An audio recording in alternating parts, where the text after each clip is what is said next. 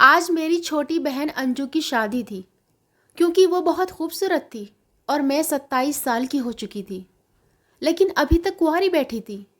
मैंने गुस्से में आकर अपनी बहन को डरा धमका दिया कि शादी के बाद पति छोटी उम्र की दुल्हन को बहुत परेशान करते हैं।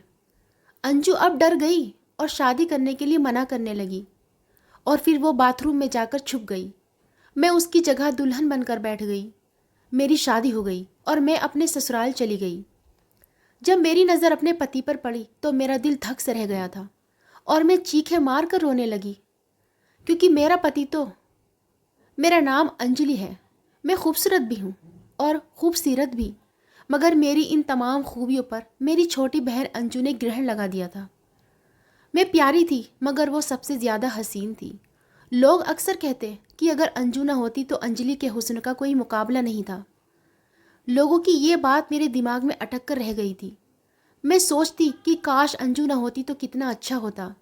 मैं स्कूल कॉलेज में हमेशा अच्छे नंबरों से पास होती थी।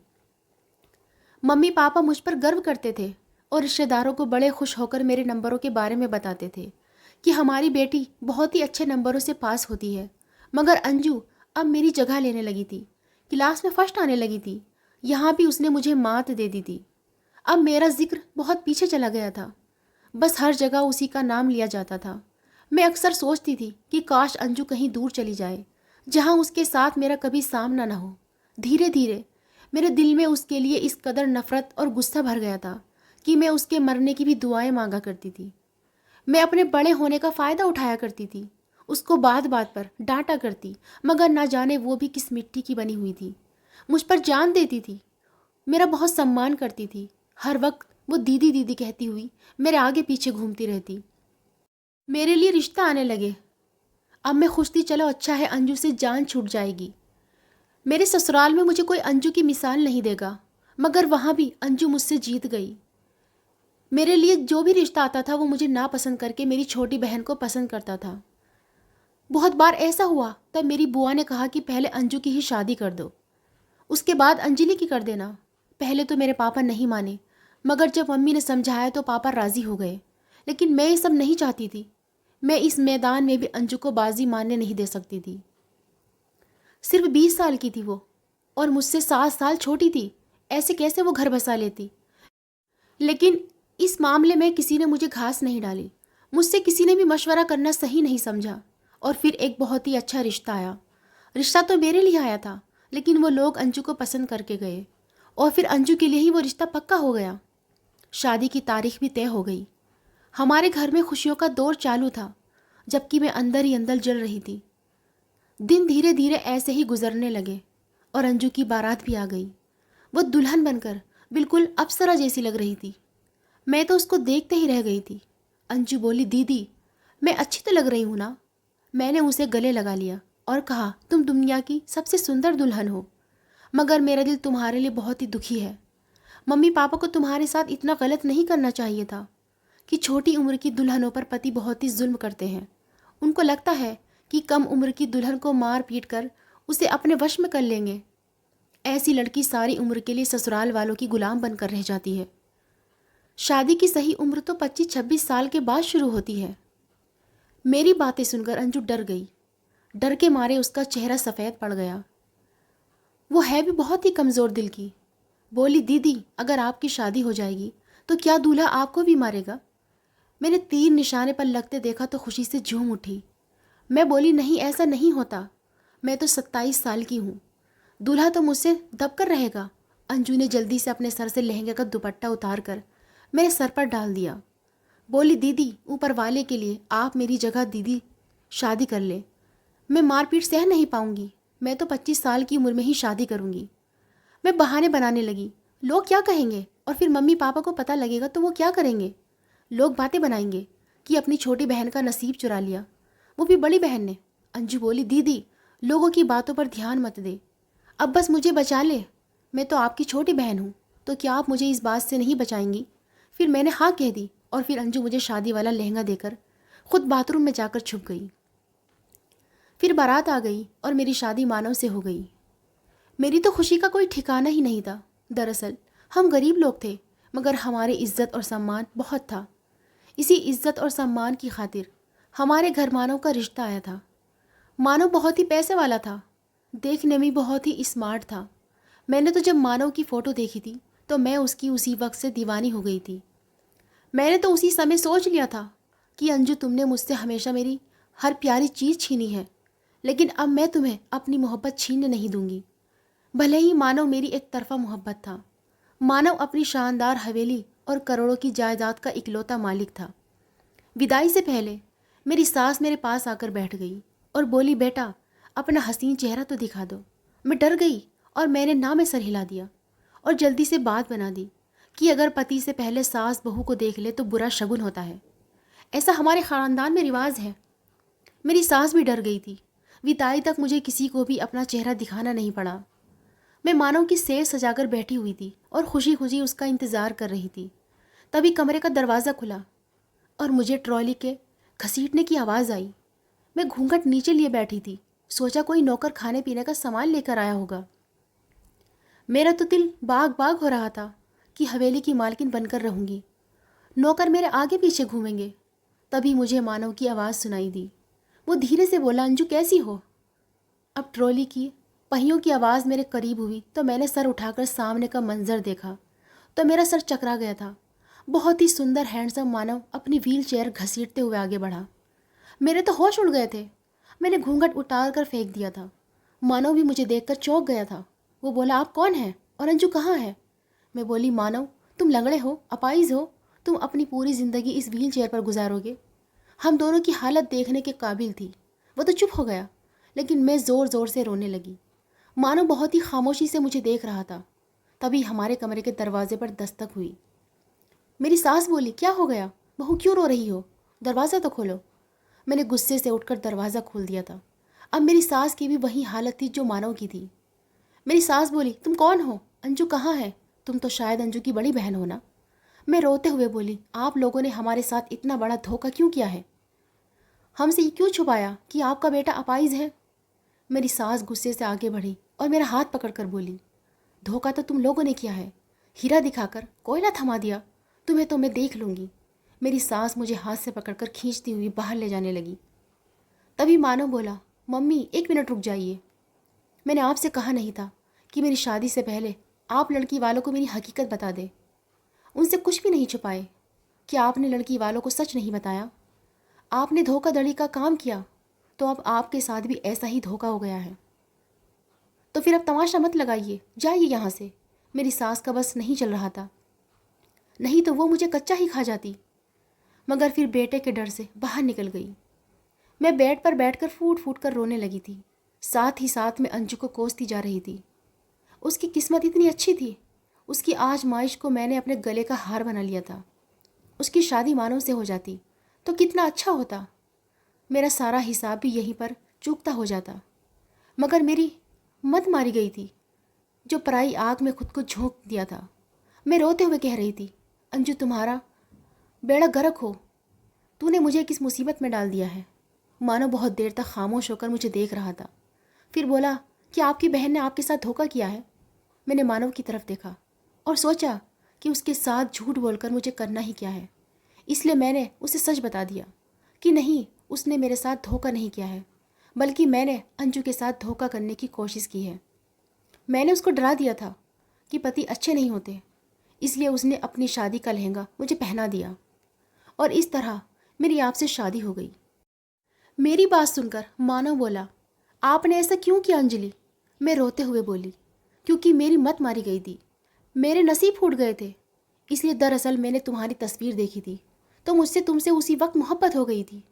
इसलिए मैंने सोचा कि तुम्हारा रिश्ता तो मेरे लिए आना था, तो फिर क्यों उसकी शादी आपके साथ होने दूँ। मानव बहुत देर तक मुझे देखता रहा, फिर बोला, अंजलि क्या आपने गौर नहीं किया, मेरी शक्ल तो बिल्कुल वैसी ही है जैसे आपने तस्वीर में देखी थी, जिसे देखकर आपको मुझसे मोहब्बत हो गई थी। मानव की आंखें लाल हो गई थी। वो बहुत दुखी लग रहा था, लेकिन मुझे उसकी परवाह नहीं थी। मेरे साथ जो धोखा हुआ था मेरे लिए वो बहुत था। गुस्से में और रोती हुई बाथरूम में गई, कपड़े बदलकर बेड पर लेट गई। मेरी आंखों में अब भी आंसू बह रहे थे। मानव अभी व्हील चेयर पर बैठा हुआ था। रोते रोते पता नहीं कब मेरी आंख लग गई। सुबह हुई तो मेरी सास बोली, मैं तुम्हें अपने बेटे की ज़िंदगी से निकाल कर रहूँगी, तुम्हें घर में बसने नहीं दूंगी, मैं तुझे तलाक दिलवा कर ही रहूँगी। मैं भी गुस्से में बोली कि मैं भी आपके लंगड़े बेटे के साथ रहना नहीं चाहती, कल के बजाय आप मुझे अभी तलाक दिलवा दे। मैं इतना कहकर पलटी तो व्हील चेयर पर मानव को बैठा पाया। उसका चेहरा भी इंसल्ट करने पर लाल हो गया था। थोड़ी देर के लिए मुझे मानव पर तरस आया, मगर मैंने सोचा कि दुनिया जहान की तरस का ठेका मैंने उठा नहीं रखा है। मैं कमरे में आई तो मानव बोला, अंजलि, जो होना था वो हो गया, अब मैं आपके सामने हूँ। ये घर, ये जायदाद, आज से सब कुछ आपका है, लेकिन अगर आप अब भी मुझसे तलाक लेना चाहती हैं तो मैं आपके फैसले का सम्मान करता हूँ। एकदम मेरे दिल में ख्याल आया, चलो तलाक तो ले ही लूँगी, क्यों ना तब तक एक महीना मानव के साथ रहकर इस शान व शौकत और ठाट बाट का मज़ा लेना चाहिए।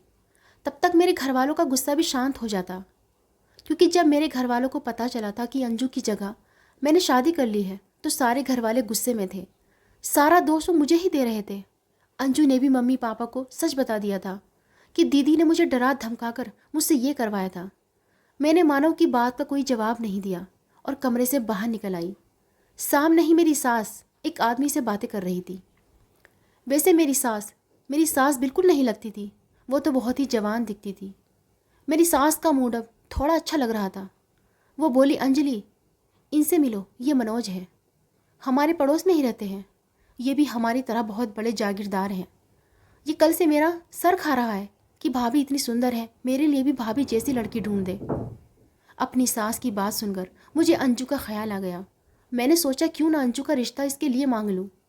लेकिन वो आदमी मुझे देखकर बोला कि तस्वीर में जो लड़की देखी थी वो तो बहुत ही सुंदर थी, लेकिन भाभी भी कम सुंदर नहीं है, लेकिन वो तस्वीर वाली लड़की तो बहुत सुंदर थी।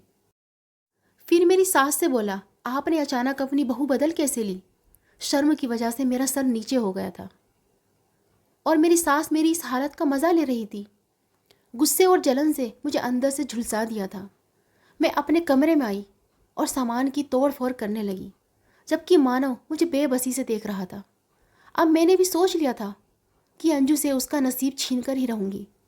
मैंने सोचा पहले मनोज का और अंजू का रिश्ता करवाऊँगी और फिर अंजू को दुख देने के लिए और उसे तड़पाने के लिए मैं ये रिश्ता तोड़ दूँगी।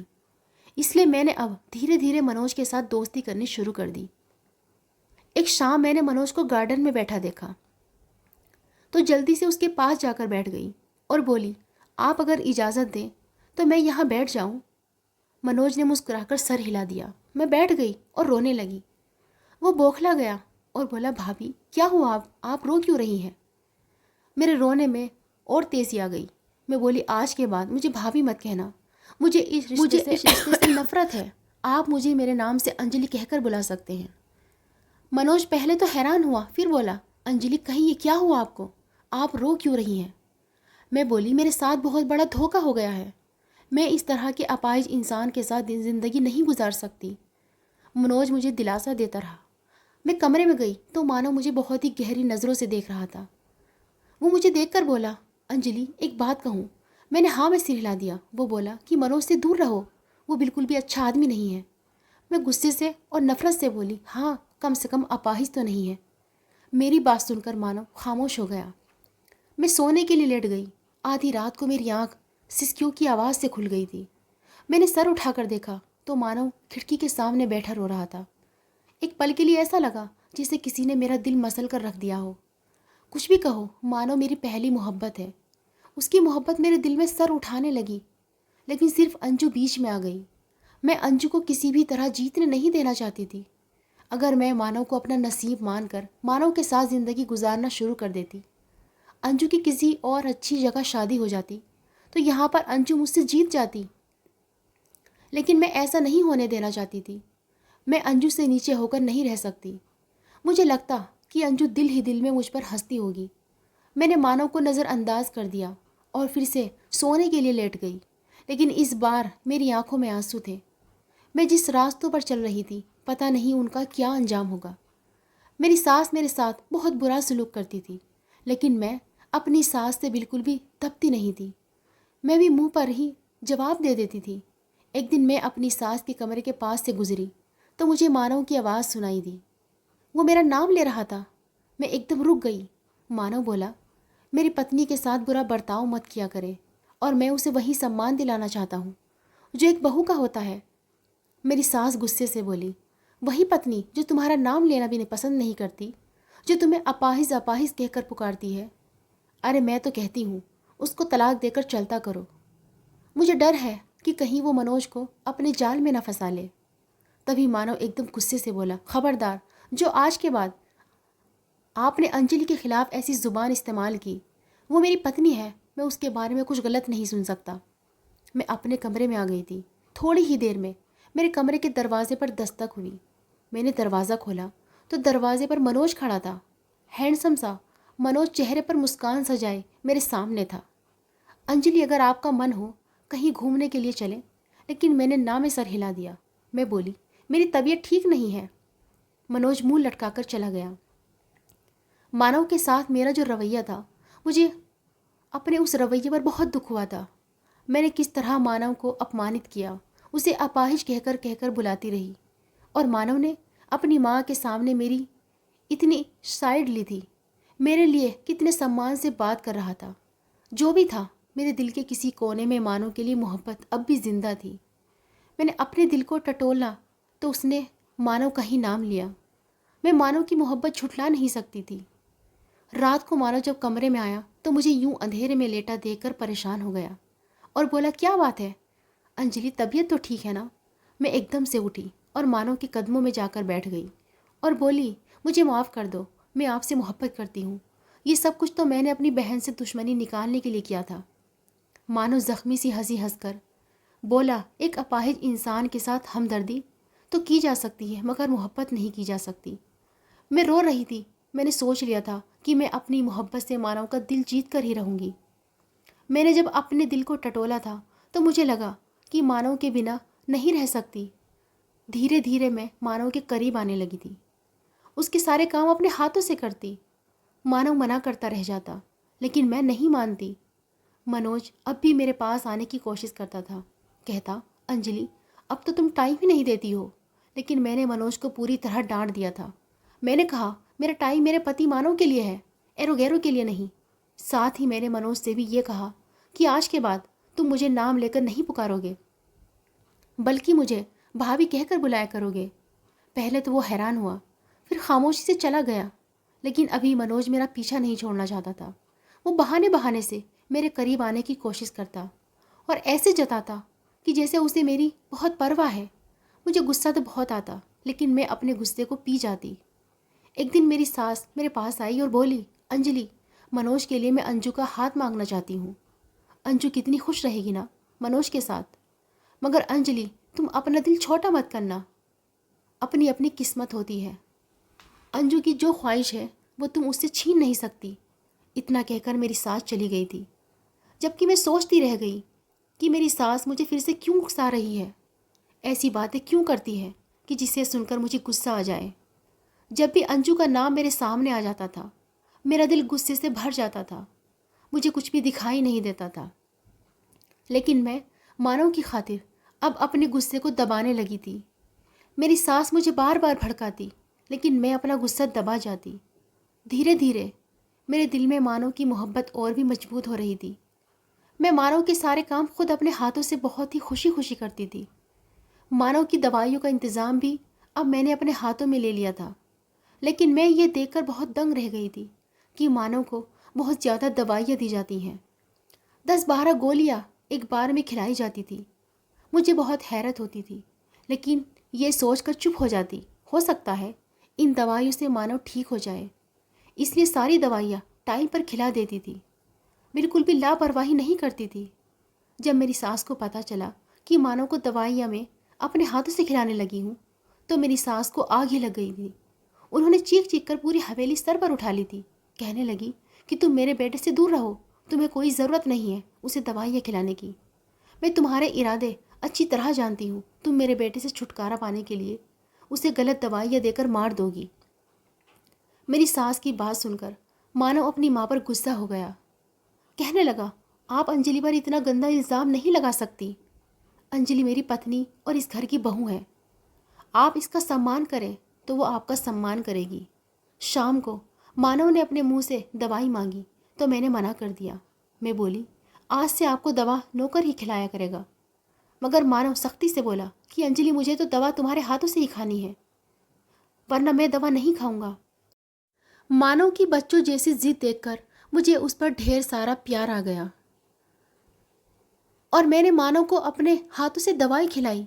लेकिन एक बात मुझे हैरत में डाल दिया करती थी कि जैसे ही मैं मानव को दवा खिलाती तो मानव कांपने लगता था।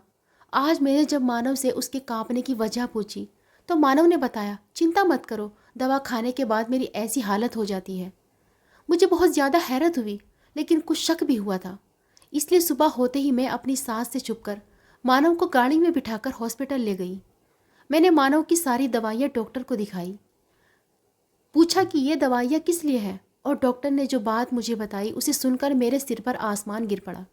डॉक्टर ने बताया कि ये दवा तो बहुत ख़तरनाक है, इसे खाने से तो धीरे धीरे इंसान के पैरों की ताकत ख़त्म होने लगती है, पैर कमज़ोर होते चले जाते हैं और वो अपाहिज हो जाता है।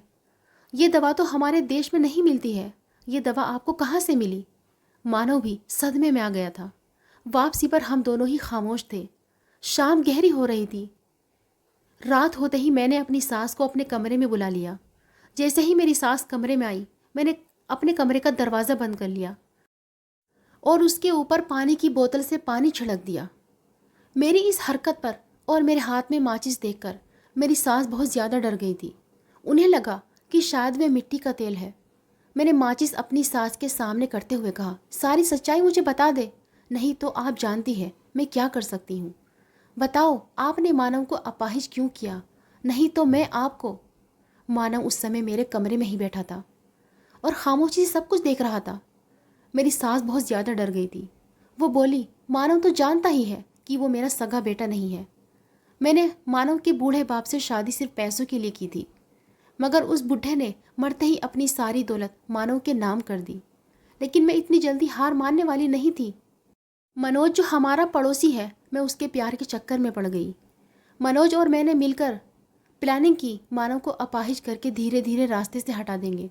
लेकिन पता नहीं क्यों मानव को शादी का भूत सवार हो गया था। कहने लगा कि मुझे अकेलापन अंदर ही अंदर खाता रहता है, मुझे एक साथी की ज़रूरत है जो मेरा दुख दर्द बांट सके। आप किसी ऐसे ही लड़की से मेरी शादी करवा दे जो मेरा ख्याल रखे और मेरा दुख दर्द बांट सके।